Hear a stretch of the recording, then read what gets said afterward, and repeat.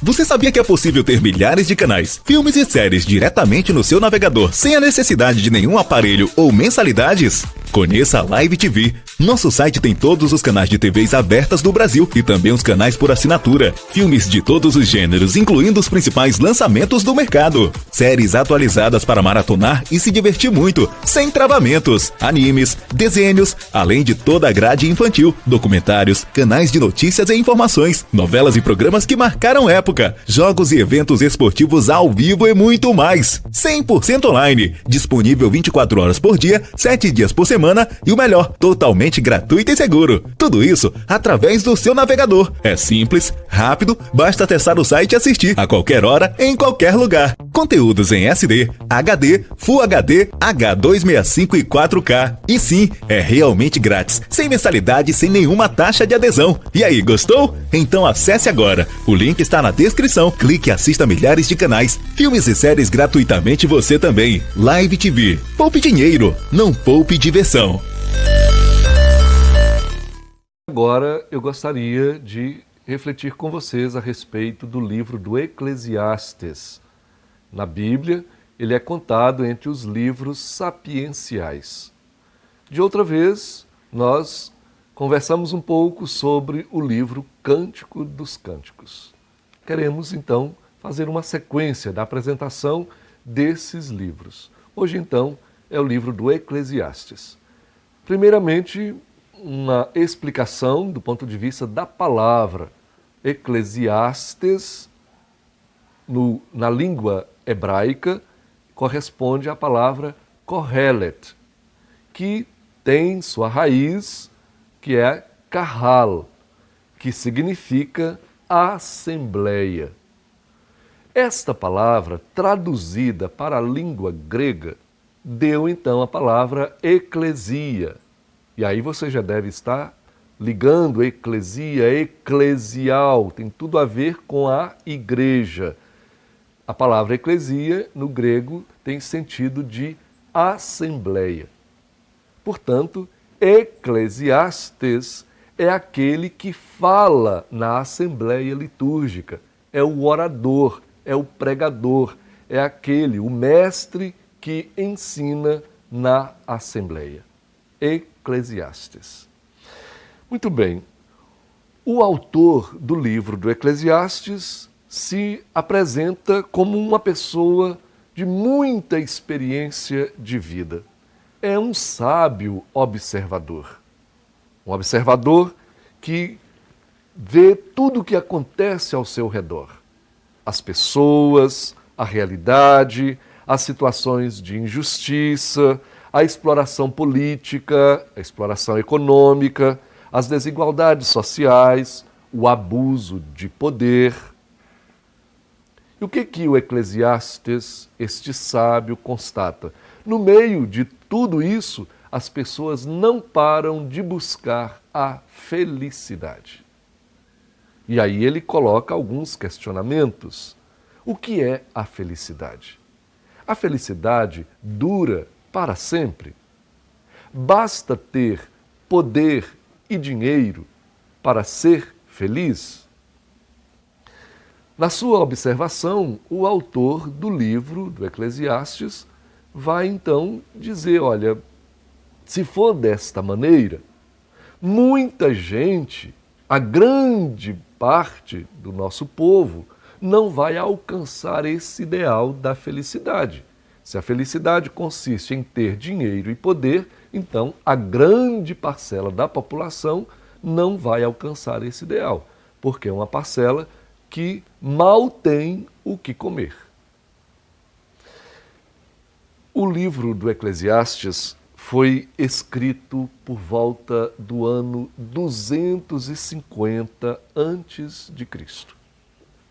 Era o período da dominação grega sobre o povo de Israel.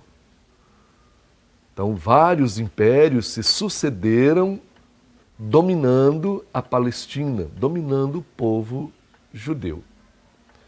Nesse período em que o livro foi escrito, era o período da dominação do Império Grego. Que significa isso? Uma imposição de uma tradição cultural grega muito estranha para a tradição cultural do povo de Israel.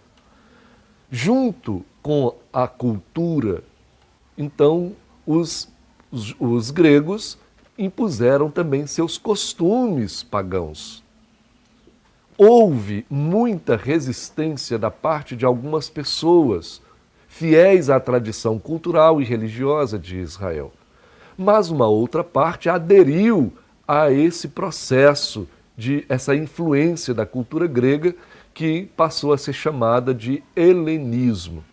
Então, os sumos sacerdotes e os jovens das classes mais bem-sucedidas, portanto, formando a elite social e econômica de Israel, esse grupo aí aderiu à helenização, à imposição da cultura grega no país.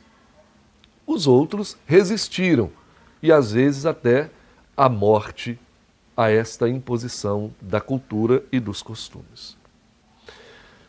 Fazia parte dessa imposição da cultura grega a introdução dos esportes realizados nos ginásios. Esses esportes eram como Olimpíadas, realizadas em homenagem aos deuses dos gregos. Para participar destes esportes nos ginásios, os judeus, os homens judeus, assim como era o costume nos esportes, participavam também nus. Mas os judeus traziam consigo a marca da circuncisão. Para não serem reconhecidos na prática dos esportes, porque estavam nus, então eles acabavam criando uma forma de esconder, de camuflar a circuncisão. Isso então gerava o protesto dos judeus mais tradicionais, mais fiéis a essa tradição religiosa. Um outro elemento que é muito característico da imposição da cultura grega foi a difusão da língua grega, um grego popular, que facilmente foi assimilado pelo povo.